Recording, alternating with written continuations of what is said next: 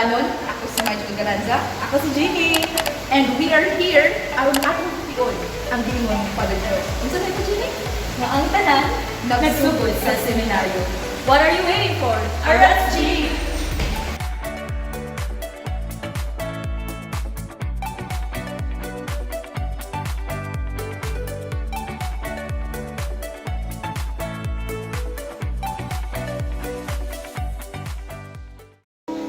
Wait, Jill, asa dito mo po siya? May nagpiano pa dugog ka. Sige, ato ka. Uy, familiar! Hoy! Lagi mo! Gusto ko ni Father Jonathan mo ori ay. Kaya nga mo sa daw. Shooting sa mo. Wala na siya ka ng question you need na mo i-answer. Na? And we need your help for that. Ay! Unya na. Isurvey nyo sa mo. Kapag ko na eh. Alright, so... Ano ito? Arats G? Yes. Nara? Sige. So, I've got a lot in store based on so sorry for today. A little bit of quick history. Myjill Seminary was established in the year 1952 under the administration of then Julio Cardinal Rosales, the Archbishop of Cebu. 1952? Yes, 1952. Well, you might ask, why does the building look so new? Well, for obvious reasons, this clearly wasn't the building built in 1952. This building was built around 2014 and finished right on time for the International Eucharistic Congress. We have been staying in this seminary for almost 4 years already, so we moved in here during 2016.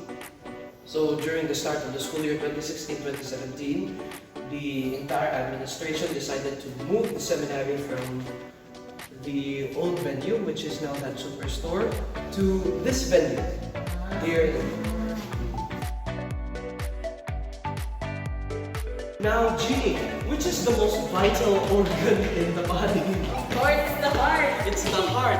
So now we are on our way to the most vital part of the seminary. One would say it is the heart of the seminary, because it is where seminarians are nourished, not only by the Word of God, but also by the Eucharist.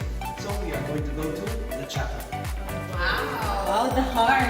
The heart of the seminary. Wow! There you go, guys. So, welcome to our chapel.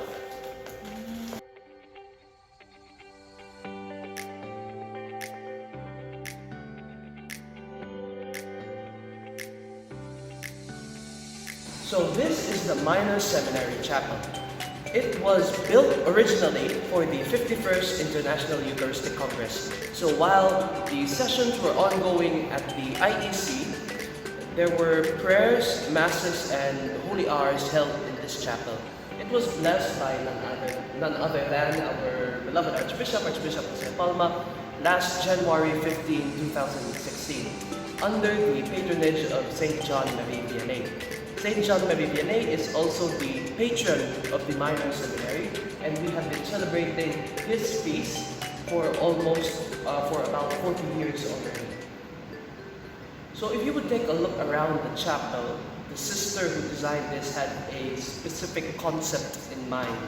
So taking after the lyrics of our school hymn, the song Seed, she placed alongside the windows, you would see on both sides the windows. So you would see these are sprouts, seeds, so plants, they are growing. And once they arrive at the altar, the lectern, the statues of saints, you would see there are already bundled groups of wheat. So it just goes to show of it speaks of the formation of a seminarian. So from a little seed he grows, he continues to develop, he grows in wisdom, in age, and grace as he stays longer in the seminary until he finally becomes that finished product, that alter Christus, another Christ, who offers sacrifice to God on the altar, who teaches the people of God on the ambo, and who gives himself in service towards others. So basically that is the entire concept of this chapel. So it is growth and harvest. Finished product. No.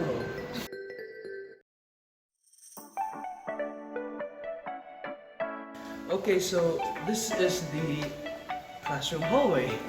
So here at our left side, we have the classrooms of the seminarians, and here at our right side, we have the Jean-Marie Vianney Meditation Garden. So the Jean-Marie Vianney Meditation Garden is a new innovation. This was, we have the first, it just started off with the laying of ryegrass and then the fountain, and then over time the administration decided to add stained glass, more landscaping, and then it just got dubbed as the Jean-Marie Vianney Meditation Garden. And here we have a total of 6 classrooms. So the first one here we have for the junior high, we have for grade 7, 8, 9, 10, 11, and 12 at the very end. And if we would take a right turn over here, we would find ourselves at Mama Joanne's refectory.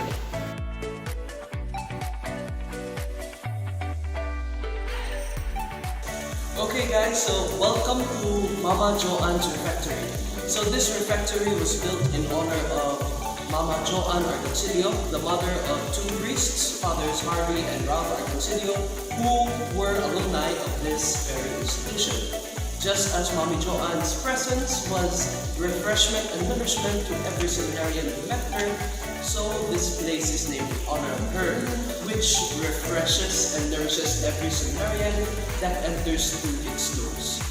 So the refectory, so the place where we eat our meals, breakfast, lunch, and dinner every day.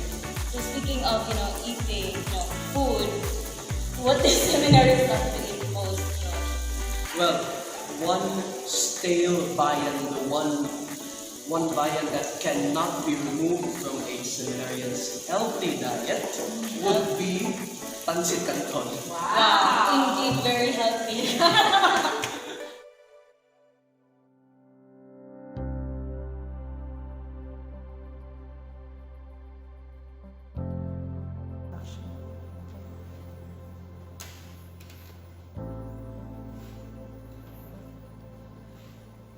Guys, welcome to the St. Francis of Assisi Oratory. So, this oratory is named accordingly in honor of St. Francis of Assisi because the batch of, if I'm not mistaken, the batch of 2002 who sponsored the financial aspect of the building of this oratory was under the patronage of St. Francis. So, to give honor to that seminary batch, the administration has decided to dedicate this oratory to St. Francis of Assisi. That's why when you enter, you can see in Visayan the first line of his famous prayer, the prayer for peace. Ginoo, himua ako sa magsasabwag sa imong kalinaw. Make me an instrument of your peace. And it is a beautiful message for every seminarian who enters into this oratory. As I said earlier, that the senior high program is actually separate from the junior high program because it gives emphasis that the senior high program is one would say, a more serious part of formation. Not saying that the junior do not have a serious formation. Of course, they have a serious and proper formation. It's just that when you enter into senior high, your maturity level is expected to be deeper than that of those in junior high. So you are able to understand things better than the young seminarians. So that is why you are distant, so that you can mature, you can continue to grow. So you have a separate dormitory, and of course you have this separate place for prayers. So we have morning, evening, and night prayers here, and of course our daily celebration of the Mass. So this is it, the St. Francis of Assisi Oratory. Do you have a personal experience here, like praying, exam Well, day? well, actually, Yeah, Yeah, just a curious question. During, well, I think all of us become pious during exam days. Yeah, I can relate to that. So, if maybe probably in schools outside, if they flock to churches, during exam week, this place is actually full to the brim. Because when it's only just the senior high seminarians who enter this place for regular prayers, of course, we have a proper seating arrangement here, we have proper distancing. So during my time, it was one pew, one seminarian, because we were only 20, around 20 pews here. So one pew, one seminarian. But then during exam day, some of the junior high seminarians would come up here because they're allowed to right after their night prayers or right after their exams. They come up here and then they say a few prayers. Some of them bring their notes also. I remember seeing this one seminarian who brought his notes here. And then while he was praying, he started to push his notes to his forehead. I did not understand what that did exactly. But then the next day when he took his exam, he actually got a high score. Wow. So I thought to myself, I think I should do that next We time. should do that too, Myjill. Can I do that? So yeah, this place is actually also a special place because when seminarians have personal problems, it's not that we just talk to our brother seminarians. We also have this tendency, it's this habit rather, that we go either to the chapel or to the oratory and we just voice it out to God. We just let it all out and then we just sit in silence afterwards and then we just listen. Even if some seminarians, some of them are unruly, some of them, when you look at them, they don't really seem that prim and proper, that innocent or that good or buotan. Familiar. Familiar. But then, the one thing that every seminarian has in common, be he a saint or a sinner, is that he always knows to turn to God whenever things get rough or whenever things go smoothly. So prayer is actually really integral in the seminarian's life. And then you'd be surprised that we would enter to the oratory and then you would find out, uy, naalagi siya na, okay na, when you're still here, di ba katuma na katong si Osi? Katuma na matulog sa klase, o di, katuma ng kuan na, kung batong papadlo kayo na seminarista katong si Osi, lagi na din hina, nag-ampo na kuan. Well, it's simply because when you enter the seminary and then you are exposed to all these spiritual things, you're given more ample time to connect with God. So, despite that, despite your character, ikaw na maikog gani. The opportunity is right there, so I can grab it. So that's why most of them come here and pray. They spend a lot of time here. Before it used to be the chapel, before this oratory was made, because this was launched together with the dormitory last school year 2019-2020. So that opportunity, the chance to be with God in so many ways here in the seminary, you just can't miss an opportunity like that. So that's why you really come, despite your disposition, despite the fact that you know that you are a sinner. All the more you need to come and you need to connect with God again.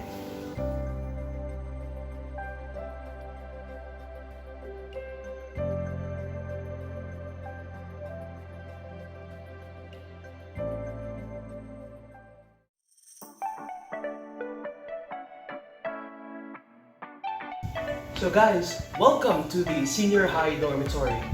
You know, with the advent of the K-12 curriculum, we have now 2 more added years to the basic education program, grades 11 and 12. The administration saw it fit that they had to separate the senior high from the junior high because the senior high program in the seminary is specifically geared towards the next step of formation, which is the college seminary.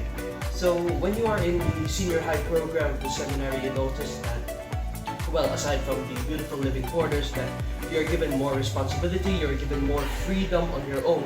The dormitory is one of the ways that the administration has decided to give seminarians that kind of freedom. So that is why they live separately from the junior high seminarians, which live across there is a division there, across the border, as some would say. And senior high seminarians also do not join prayers in the main chapel, rather they have their own prayers at the oratory. But then both prayer schedules happen synchronously at the same time. So that's it. This is the senior high dormitory, one of the quote-unquote marks of Pope John the 23rd Seminary. It's a really beautiful place if you take a look around. But Josh, considering that we're in one of your dormitories, what time do you usually go to bed, and what time do you usually get out of bed? Well, on class days we get up at 5:30, and then we head to prayers at 6 in the morning. And then on weekends or non-class days, holidays, we get up at 6. Then at 6:30 we head again for prayers. At night, if it's a class day the following day, we have lights off at 9:30, and if it's a holiday, the next day we have it at 10. The latest that lights can remain on in the dormitory would be 10 p.m. Beyond 10 p.m. they need to be shut off completely. How about exam day?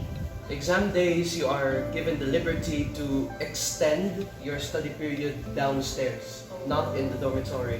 Because the dormitory is a place for rest.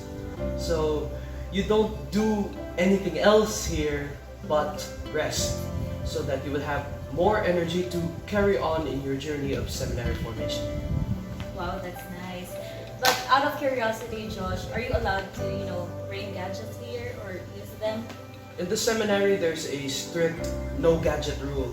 So you're not allowed to bring phones, laptops, or any other electronic gadgets, iPods or whatever. Simply because these things are, even though they are beneficial and some would say vital nowadays, because I don't think it's possible for anyone to survive without a phone. Here in the seminary, your only focus should be discovering yourself. Who are you? And how can you respond to God's call? So since you're in the seminary, that call can be understood as the call to the priesthood. So having, in my own, personally, I think having gadgets, having all these distractions can take you away from that goal. It makes you think of other things, but rather when you're just alone with your thoughts. And actually, living 6 years here in the seminary without a phone most of the time has actually been, it's actually been bliss. There isn't a word that I could think of, there isn't a good word that I could think of that can properly describe what I felt during my 6 years in the seminary. Being distanced from gadgets, just staying here in the dormitory, talking with my brother seminarians. In fact, this very bed used to be my bed during the class days.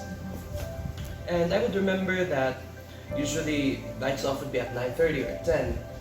But then we would still be up talking up to 11 or 12 in the evening. We'd just be laughing, giggling.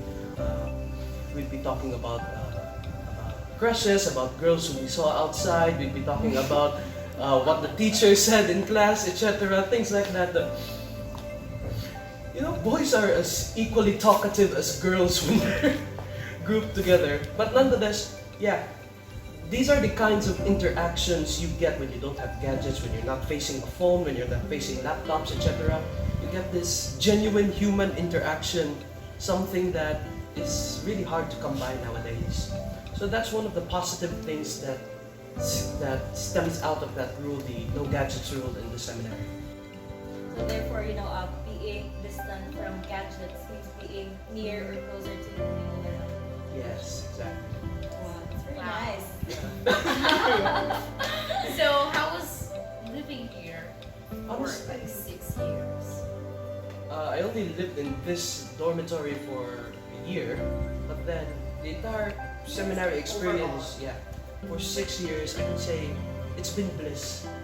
I couldn't complain, even though that at some points in the journey, I would say that it's getting monotonous, it's getting boring, everything is just repetitive. At the end of the day, I look back, lie down on my bed before I close my eyes and say a small prayer. God, continue to strengthen me on this journey. If this is what you want for me, then I will gladly follow your will. And the experiences in the seminary, I was able to meet a lot of new people, do things that not everyone gets to do. Like for instance, we have this annual vocation campaign wherein we go to different parishes, and well, some seminaries would jokingly call it a vacation campaign because they go to places like Oslo, they go to places like Santander, they go to Bantayan Island, Medellin, etc. And these are some of the experiences you're able to immerse yourself to experience different realities. You get to meet people, listen to their stories, and you get really good at listening because in the seminary, that's all you do. You don't spend your spare time looking at the phone, or you don't spend your spare time just wasting away in some corner. Rather, you really engage yourself in interaction with your brothers. And so when you go out there, that's the same thing you do. You interact with other people. And that's one of the things that really made a mark on me during my seminary formation. And looking back at those 6 years, it's really been bliss. I could not complain. So that's it, guys. Na-answer na gyud ang atong pangutana kung nganong sa seminaryo nagsugod ang tanan. So, thank you kayo, Josh, for that wonderful tour. Why sa kayan? And thank you so much also to you, Myjill and Gennie, for taking the time to visit our beautiful seminary. Special thanks also to the team of formators of Pope John the 23rd Seminary, headed by their Father Rector, Reverend Father Alan Lima. Thank you so much, Fathers, for this wonderful opportunity. So, please don't forget to like, Share. And subscribe to our various social media platforms and tell us what you think in the comments below. at sugpuan ang Cebu. So that's it. See you in our next vlog. Goodbye. Bye!